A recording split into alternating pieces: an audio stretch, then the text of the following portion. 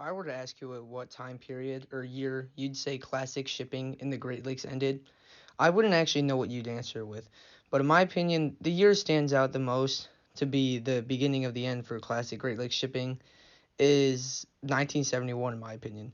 This was the year that the first ever 1,000 footer was in the process of being constructed.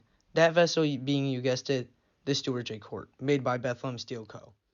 This vessel would ultimately revolutionize American shipping on the Great Lakes.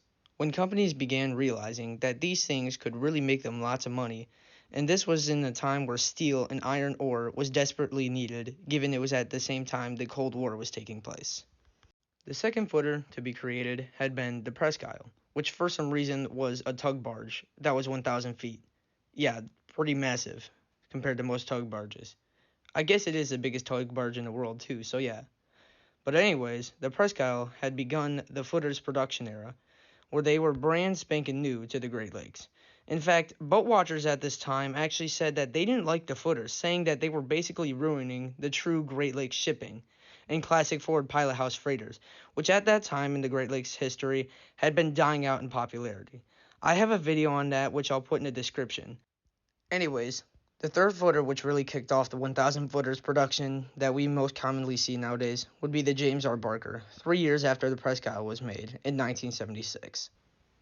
Now, the Barker would actually begin the trend of the back end pilot house footers, where 11 more vessels would follow this trend that had been going throughout the Great Lakes, with any ship, really. The engineers in the shipyards believed that the design that the James R. Barker had, and like the American steamship footers had, were going to be the main design for the rest of them until they stopped production of the footers. That's why all the footers after Presque Isle look the same in structural design.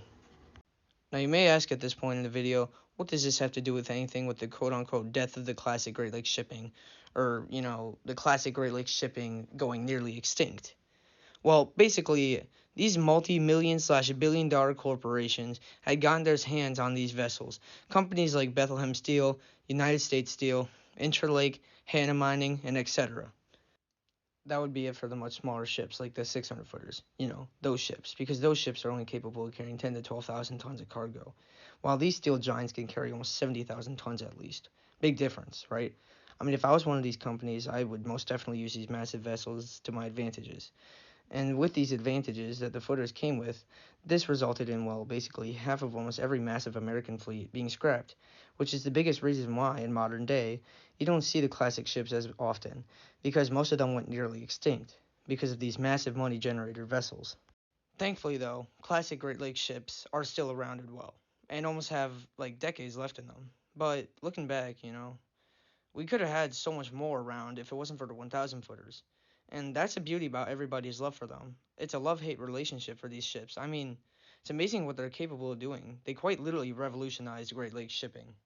And that's it for today's video. I really hoped you enjoyed this one, and I thought it was a pretty interesting topic myself that not many people have ever covered. So, yeah, I'll see you in the next one.